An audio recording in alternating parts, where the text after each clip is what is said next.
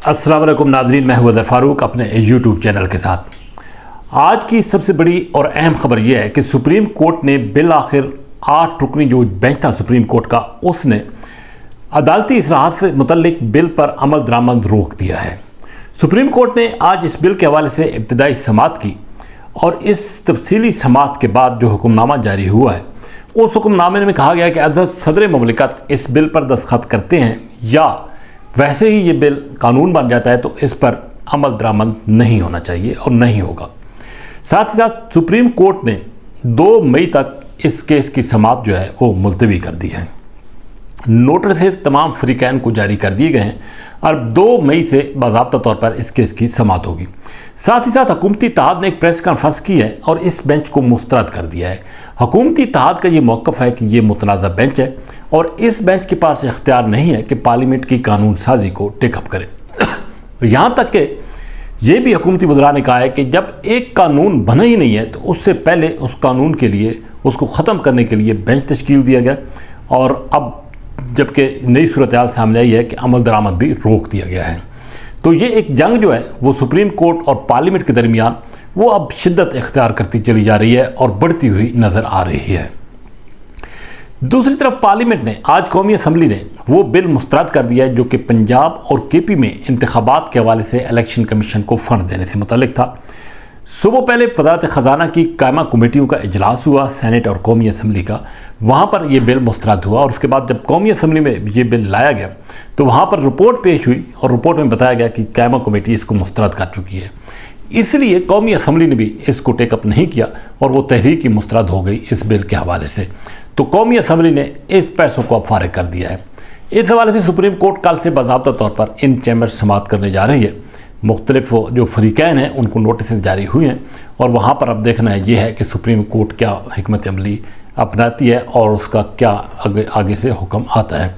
लेकिन एक बात तय है कि हुकूमत ने भी सुप्रीम कोर्ट के सामने घुटने टेकने से इनकार कर दिया है। दोनों इदारे इस वक्त सफारा हैं और पाकिस्तान तहरीक इंसाफ इस मौके पर भरपूर एंजॉय कर रही है, क्योंकि पीटीआई ये समझती है कि अगर हुकूमत को इस वक्त मुश्किलात का सामना है तो वो अदालत की तरफ से है और हुकूमत पीटीआई मुसलसल सुप्रीम कोर्ट के साथ खड़ी है, यहाँ तक कि वकला की बड़ी तादाद भी सुप्रीम कोर्ट के पीछे है। पाकिस्तान बार कौंसिल ने आज अदालतों के बाइकाट का ऐलान किया था। जुज़वी बाइकाट हुआ है, कहीं की बाइकाट हुआ, कहीं कहीं वकला जो है वो अदालतों में पेश होते रहे। लेकिन ये जंग अब बढ़ती हुई नज़र आ रही है और इसमें कमी या नहीं बल्कि शिद्दत का इजाफा जो है वो सामने आ रहा है। तो अब अगले 1-2 रोज़ में मज़ीद हुकूमत की तरफ से शदीद रद्द-ए-अमल का इम्कान है। एक और ख़बर यह है कि सुप्रीम कोर्ट के चीफ जस्टिस की मुद्दत मुलाजमत में कमी के हवाले से कुछ गौर व खौज जो है वो किया जा रहा है। इस हवाले से आइन में तरमीम जो है वो करना होगी, क्योंकि सिंपल कानून बदलने से इस पर अमल नहीं हो सकता।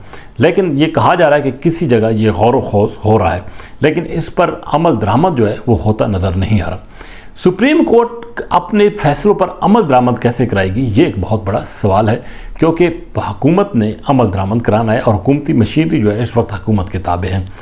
एस्टेब्लिशमेंट भी मुकम्मल तौर पर हुकूमत के साथ खड़ी है और इस बात का कभी इम्कान है कि आखिरी वक्त तक एस्टेब्लिशमेंट हुकूमत का साथ देती रहेगी, क्योंकि एस्टेब्लिशमेंट भी समझती है कि इस मौके पर कोई ऐसा आर्डर जो कि मुल्क में सियासी और मुआशी तौर पर अदम इस्तेकाम का शिकार बना सकता है तो उससे बचना चाहिए। लेकिन फिल वक्त सुप्रीम कोर्ट के जो 8 जजेज़ हैं जिन्होंने 8-0 के तनासब से आज अपना हुक्मनामा जारी किया है, और पहले इस हवाले से गुज़श्ता रोज़ मुख्तलिफ वकला जो बात कर रहे थे कि ये बेंच ऐसा हम ख्याल बेंच तश्कील दिया गया है कि 8-0 से इसका फैसला आएगा। इस बेंच पर कड़ी तनकीद हो रही है, सीनियर वकला भी इस बेंच पर तनकीद कर रहे हैं, लेकिन चीफ जस्टिस चूँकि उनकी सवाबदीद है और जबकि हुकूमत ये कह रही है कि 1 मैन शो वो यही ख़त्म करना चाहती है सुप्रीम कोर्ट के अंदर, ताकि 3 जजेस मिलकर बेंच जो है वो तश्कील दें। बहरहाल ये जंग अब थमने का नाम नहीं ले रही और इसमें इजाफा होता चला जा रहा है। देखना यह है कि इस मौके पर अदलिया कामयाब होती है या मुकर्रना कामयाब होती है। शिकस्त बहरहाल दोनों को जो है वो पाकिस्तान की जमहूरियत के लिए बड़ी नुकसानदेह हो सकती है। इस मौके पर ये कोशिशें बाद हल्कों की तरफ से हो रही हैं कि दरमियानी कोई रास्ता निकाला जाए, लेकिन फिल वक्त ये कोशिशें जो कामयाब होती नज़र नहीं आ रही, बल्कि ये जंग बढ़ती हुई नज़र आ रही है। इसी के साथ इजाज़त, अल्लाह हाफिज़।